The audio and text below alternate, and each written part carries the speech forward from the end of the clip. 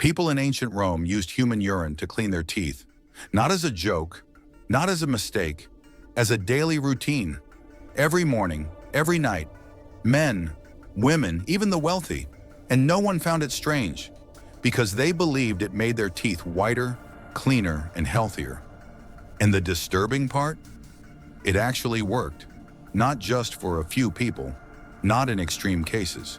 For an entire society, this was normal, which makes it even harder to understand, which raises a question most people never think to ask. Why would anyone choose to do this? Why appearance mattered in Rome? Roman society cared deeply about appearance. Looking clean was not just personal, it was social. It showed discipline, it showed control, it showed status.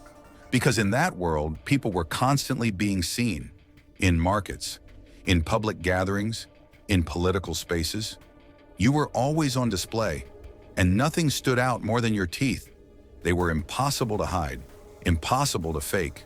White teeth meant beauty. It meant power. It meant you took care of yourself. And in a society built on image, that mattered more than most people realize. Because first impressions were constant. You weren't seen once. You were seen every day. And in a world without modern communication, your appearance spoke for you before you ever said a word. The problem: no toothpaste. But there was a problem. They didn't have toothpaste. No mint. No modern formulas. They didn't understand chemicals. They didn't know what bacteria were. Everything they used came from the world around them. Natural substances, whatever they could find. And most of it came from trial and error. If something worked, they kept it. If it didn't, they moved on. There were no instructions, no science to guide them, just results.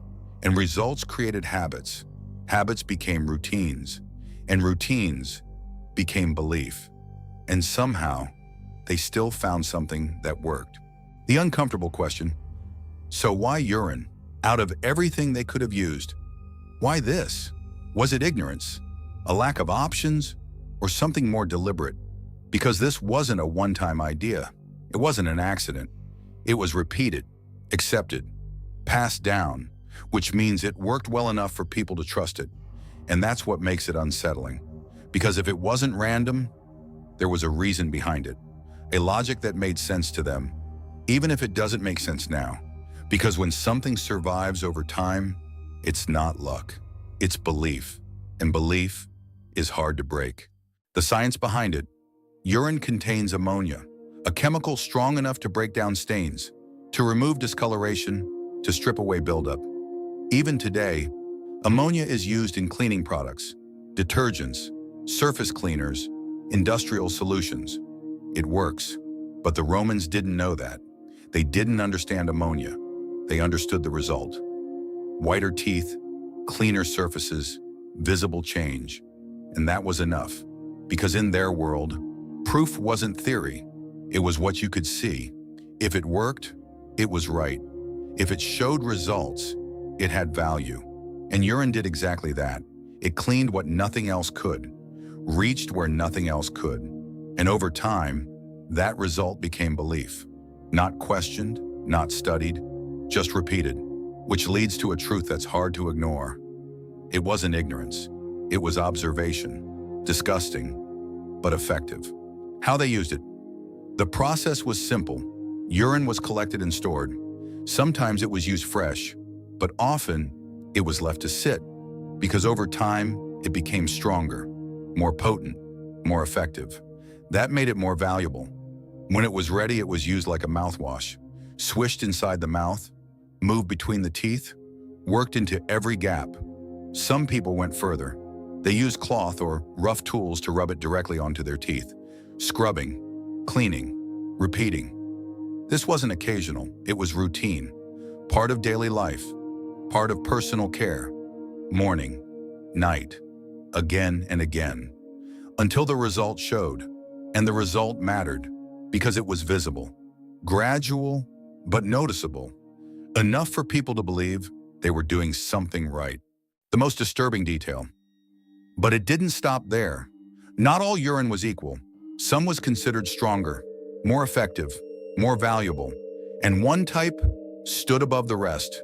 Urine from Portugal, imported, transported across regions, sold like a product.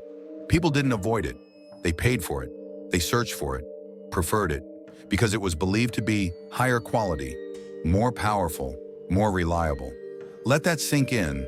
A substance most people today wouldn't even go near was being traded across borders, bought, sold, demanded. This wasn't desperation. This was a market, a system built on something people trusted enough to spend money on. Because once something is believed to work, people stop asking what it is. They only care that it works. And at that point, nothing feels strange anymore. Why no one found it strange? And the strangest part? No one found it strange because their idea of cleanliness was completely different. It wasn't about where something came from. It was about what it did. If it worked, it was accepted. The source didn't matter, the result did. Over time, this became normal. Something repeated daily stops feeling unusual. It becomes routine, expected. And once something is normalized, the reaction disappears. No hesitation, no discomfort, just habit. Because disgust isn't fixed. It changes. It adapts. And in many cases, disgust is learned, not natural. What you grow up seeing feels normal. What you repeat every day feels right. And over time, even the strangest things lose their meaning. How it disappeared. But like many things in history, this didn't last forever. Over time, hygiene began to change. Knowledge improved. Understanding grew. People started to learn more about the body, about cleanliness, about what actually worked and why. New methods appeared. Better alternatives replaced the old. Things that were more effective, more refined, less extreme, and slowly. This practice began to fade, not all at once, but gradually, until something that was once normal became something people left behind. Not because people suddenly changed, but because knowledge did. And once understanding improves, old practices don't survive. What we call clean, which the clean was never about purity, it was about belief. If people believed something worked, they used it, repeated it, defended it, normalized it, even when it came from a place they would never question. Because clean is not a fact, it's an agreement. And once enough people agree, anything can become acceptable. Even this. Because the truth is, they didn't feel disgust, they felt confidence, they thought they were doing something right, which means the difference between clean and unthinkable is thinner than most people realize. And it doesn't take much for that line to disappear. Because the past wasn't irrational. It was certain in ways that feel impossible today. And that's what makes it dangerous. Because certainty doesn't feel wrong until it's too late. This is the lost past.